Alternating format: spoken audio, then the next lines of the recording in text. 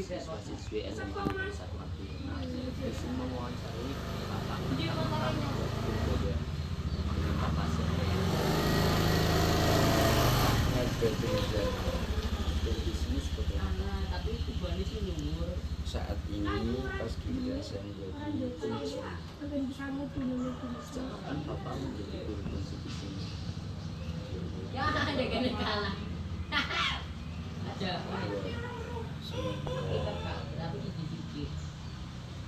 Tiga tahun yang lalu. Bapak saja pengalaman Bapak sebagai juru kunci di sini. Pengalaman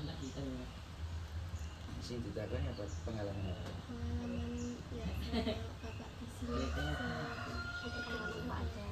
Ya masalahnya saya sebelum jadi juru kunci juga udah di sini ya. Jadi memang saya asli penduduk sini. Ya menurut cerita saya termasuk dari keturunan beliau. Cuman benar dan tidaknya kan saya nggak ngerti. Cuman kalau melihat silsilah, memang saya dari keturunannya beliau.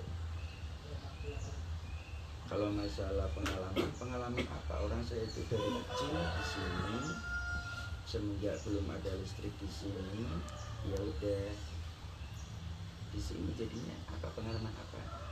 Pengalaman yang menyeramkan atau pengalaman yang apa? Aku khawatir kok malah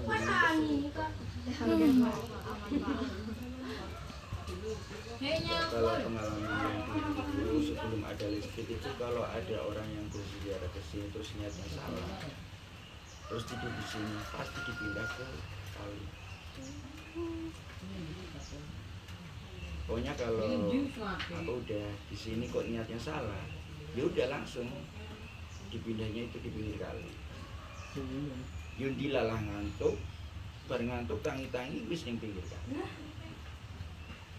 Tapi semenjak adanya listrik jarang-jarang apa keajaiban yang buku-buku muncul.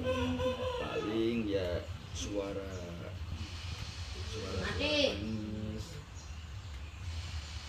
suara kunti itu biasa. Apa peran sejarah makam Purba ini? Tahu salah satunya beliau itu adalah pendiri Kabupaten Tegal. Karena pendiri pertama kan Igede Sibayu yang makannya Bidang Awal. Beliau itu dari Pajang, Kerajaan Pajang Kediri. Beliau menyebarkan Islam ke Tegal. Begitu datang ke Tegal itu datangnya langsung ke Kalisoka.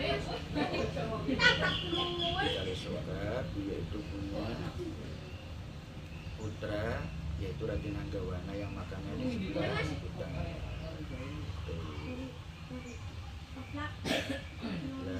Raden Anggawana terus punya putri ya menurut sejarah itu kayak gitu.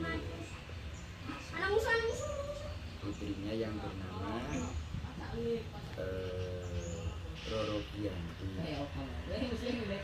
yang menurut konon ceritanya beliau adalah istri dari beliau. Cuman makannya nggak di sini, tapi ini Kalisoka sebelah selatan.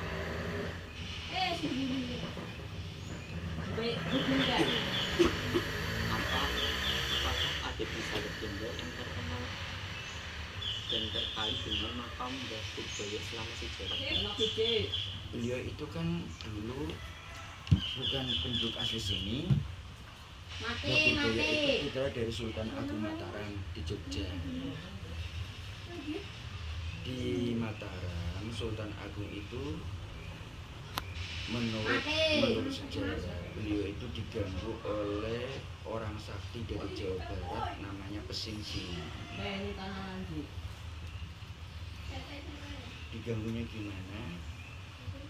Semua keluarga itu mau acara makan-makan, semua makanan sudah siap, tiba-tiba hilang tanpa bekas. plus piring-piringnya itu nggak ada semua. Setelah dicari-cari, ternyata yang bikin ulah adalah pesing-singan dari Jawa Barat. Dikejar nggak kena, semua pasukan kalah sama pesing-singan. Akhirnya Sultan Agung itu mengutus putra-putranya dikumpulkan, siapa yang bisa mengejar pesing-singan dan dibawa ke sini. Nah, beliau itu ngacung. Kula Romo, ya memang Purbaya, nek kamu bisa silakan kamu pulang lagi ke keraton. Tapi kalau kamu nggak bisa, jangan sekali-kali balik ke keraton. Padahal dalam hati Mbah Purbaya itu sudah nggak kepingin hidup di keraton karena terlalu terikat dengan kehidupan keraton yang selalu nek keraton kan terlalu terikat banget gitu. Beliau itu ingin mengembangkan Islam. Akhirnya beliau keluarlah dari Keraton Jogja lewat Purworejo, lewat Purwokerto sampai masuk ke daerah Tegal. Disitulah ketemu dengan pesing-singan, adu ilmu, pesing-singan kalah, terus minta maaf sama Mbah Purbaya. Beliau pesing-singan itu sudah nyerah dan minta, ya sudah saya tolong dibawa ke Jogja, serahkan saya ke Sultan Agung. Tapi beliau Raden Purbaya, ya udah kalau kamu memang sudah minta maaf, sudah nyerah, jangan lagi bikin ulah, jangan lagi bikin masalah. Udah kamu sana pergi ke Selatan. Akhirnya beliau itu pesing-singan itu sekarang menempati Brebes bagian selatan, bagian daerah Bungaya.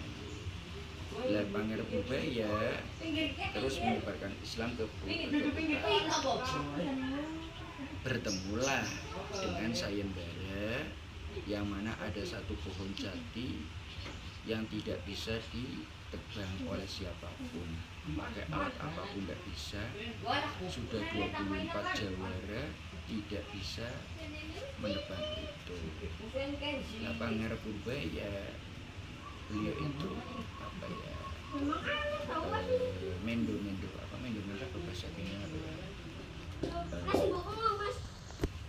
ya orang ngatoni wong hebat, dia itu biasa-biasa saja, dia ngacung. Pulau nderek angsal, oh monggo.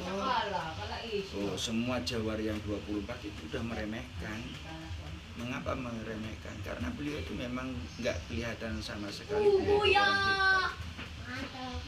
Begitu beliau ikut, hanya sekali tendang, kayu jati itu langsung tumbang.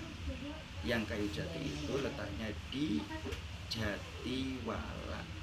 Tahu Jatiwala? Jatiwala itu yang ada ini apa, tempat tahanan apa, desa apa? Selawi, Kabupaten ke Selatan ada tahanan tak? Apa jenis desa apa? Tegalandong. Tegalandong ke selatan lagi itu Jatimulia, Jatiwala. Aslinya Jatiwali. Cuman orang situ yang Tegal orang kenal itu Jatiwala. Sekarang masuknya Jatimulia. Itu situ. Akhirnya Pangeran Purbaya berhasil merobohkan itu. Dari 24 orang jawara, yang ke-25-nya Mbah Purbaya yang bisa merobohkan itu, yang akhirnya yang 25 bahasa Jawanya Selawe. Sekarang menjadi kota Selawi. Itu berasal dari 25 jawara yang mengalahkan, yang bisa menggunakan jati itu. Habis itu beliau itu ke Kalisoka, menikahlah dengan putri dari keturunan Ki Gede Semar, sampai wafatnya itu di sini. Sekitar tahun abad 16 itu, 1650 berapa gitu. Pokoknya pas berdirinya Tegal, nanti dilihat aja. Apalagi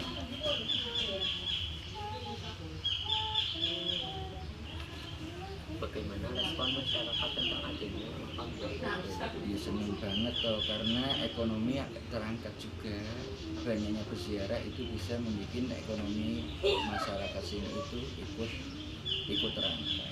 Ya jualan apa, alhamdulillah Pak. Adol dawet ya Pak. Ibu kan kepengen jadi anak. Apa jeneng iki jenenge apa ya? Aksesori apa jenenge? Bandul apa rane apa? Iya bahasanya kayak aku, monggo aksesori jenengan bikin aja di sekolahan. Pangeran Budaya, Pangeran Anggawana nanti dititipkan di sini, kan lumayan. Tuh, monggo kan di sana kan ada pelatihan kayak gitu. Monggo. Sudah? apalagi bagaimana tata cara ziarah ke makam Batu Ya, yang jelas yang namanya tamu itu harus keluar, berarti harus lapor ke juru kunci, mengisi buku tamu, terus langsung ziarah ke beliau. apa tujuan berziarah ke makam Bapak Belu? Kalau tujuannya yang jelas kita itu mendoakan beliau, karena orang yang meninggal, apalagi yang diziarah itu seorang wali, tanpa kita mohon, beliau itu akan mengaminkan apa yang kita berdoa kepada Allah. Beliau itu hanya sebagai wasilah, perantara. Ibarat kita mau masuk ke bupati, kita itu lewat ajudan. Tanpa lewat ajudan kita susah untuk menembus ke bupati. Kita mau ke Allah, karena kita itu tidak ada link ke Allah, makanya kita itu cari link yang sudah sampai ke Allah. Siapa? Beliau lah. Beliau yang sudah sampai linknya itu ke Allah. Sudah?